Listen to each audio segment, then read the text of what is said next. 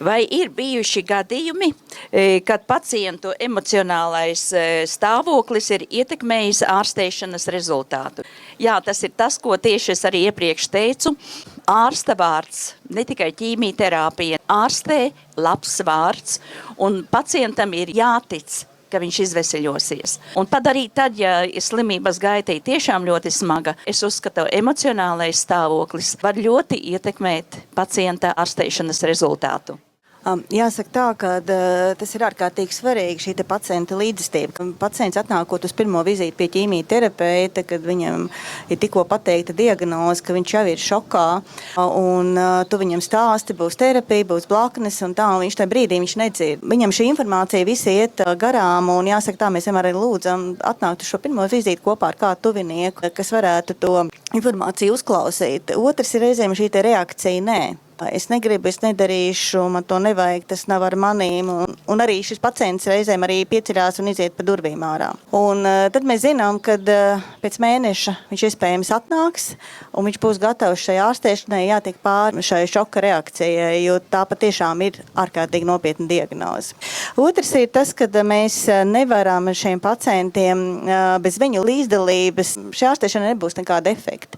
Ja pacients nebūs līdzjūtīgs, ja pacients nepildīs norādījumus, tā terapija arī reāli nestrādā. Ja viņš pats negrib dzīvot un pats cīnīties par sevīm, tad arī šis rezultāts nebūs. Es arī gribēju teikt, ka ir tās lietas, ka mums liekas, ka cilvēkam onkoloģija saslimšana, tad obligāti viņš ir depresīvs, ka tas ir tās lietas sastāvdaļa, ja, bet īstenībā tā gluži nav, un ir arī daudz dažādu pētījumu. Mums ir jāmeklē, jāskatās, kādēļ ir šīs viņa emocionālais stāvoklis tāds, jāsniedz viņiem palīdzību, jāārstē.